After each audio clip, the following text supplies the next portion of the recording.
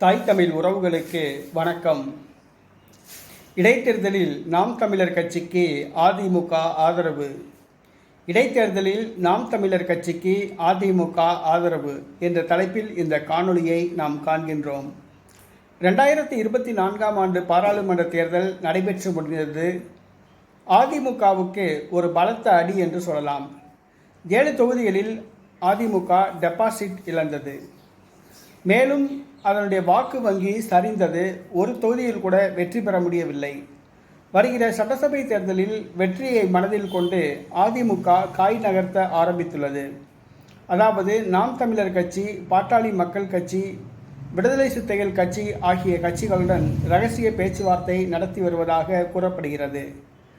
வருகிற சட்டசபை இடைத்தேர்தலில் நாம் தமிழர் கட்சிக்கு அதிமுக ஆதரவளிக்க முன்வந்திருப்பதாக கூறப்படுகிறது. அதாவது அதிமுகவுக்கும் நாம் தமிழர் கட்சிக்கும் கூட்டணி ஏற்படும் விதமாக உறவை மேம்படுத்தும் பொருட்டு இந்த முயற்சி எடுக்கப்பட்டுள்ளதாக கூறப்படுகிறது. அதாவது விழுப்புரம் மாவட்டம் விக்கிரவாண்டி தொகுதியில் சட்டமன்ற உறுப்பினர் புகழேந்தி அவர்கள் 2 மாதங்களுக்கு முன்பாக புற்றுநோயால் காலமானார். அந்த தொகுதியில் இடைத்தேர்தல் விரைவில் வரவுள்ளது. திமுக சார்பில் அமைச்சர் பொன்முடியின் மகன் போட்டியிடுவார் என்று எதிர்பார்க்கப்படுகிறது. இந்த சூழ்நிலையில் அங்கு அதிமுக களமிறங்க விருப்பமில்லை.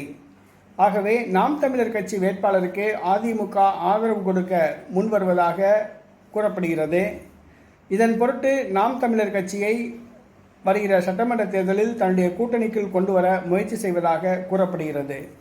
நாம் தமிழர் கட்சிக்கு இப்பொழுது ஆதரவு கொடுத்து நாம் தமிழர் கட்சியின் நன்மதிப்பை பெற்றால் வருகிற சட்டசபை தேர்தலில் அதிமுக கூட்டணிக்குள் நாம் தமிழர் கட்சியை கொண்டு வரலாம் என்று அதிமுக கணக்கு போட்டுள்ளது. அதற்காக வருகிற விக்கிரவாண்டி இடைத்தேர்தலில் நாம் தமிழர் கட்சி வேட்பாளருக்கு அதிமுக ஆதரவு தர முன்வந்துள்ளதாக கூறப்படுகிறது.